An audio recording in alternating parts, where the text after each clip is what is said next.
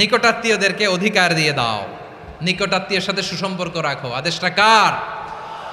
এজন্য প্রিয় ভাইয়েরা, জীবনে যদি বারাকা অর্জন করতে চান, নিকটাত্মীয়দের সাথে সুসম্পর্ক রাখতে হবে, তাদের জন্য উপহার পাঠাতে হবে। বিশ্বনবী বলেন, লা ইয়াদখুলুল জান্নাতা কাতে, যে ব্যক্তি আত্মীয়তার সম্পর্ককে ছিন্ন করে দেয়, সে কশিনকালেও আল্লাহর জান্নাতে ঢুকবে না।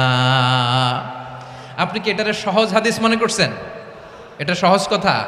আপনি ভাবছেন আপনার নামাজ আপনারে বাঁচাতে পারবে, আপনার রোজা বাঁচাতে পারবে, আপনার তাহাজ্জুদ আপনারে বাঁচাতে পারবে? আপনি অধিকার নষ্ট করলে কিছুই আপনারে বাঁচাতে পারবে না। এজন্য নিকট আত্মীয়দেরকে দিতে হবে বেশি বেশি। বিশ্বনবী বলেন, ইন্না সাদাকাতা আলাল মিসকিনি সাদাকা ওয়া আলা যির রাহিমি ইসনাতান সাদাকাতুন ওয়া সিলা। মিসকিনরে দান করলে শুধু দানের সওয়াব হয়, নিকট আত্মীয়কে দান করলে দুইটার সওয়াব হয়, সাদাকার সওয়াব হয়, আবার আত্মীয়তার বন্ধন অটুট রাখার সওয়াব হয়ে যায়।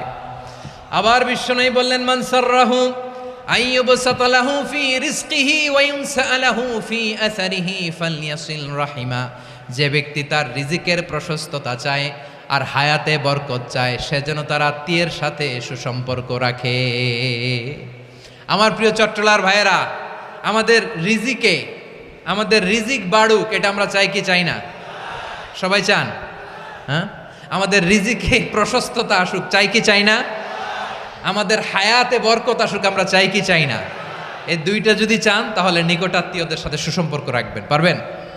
তাহলে সমাজটারে মানবিক সমাজ বানায় দিবে কে?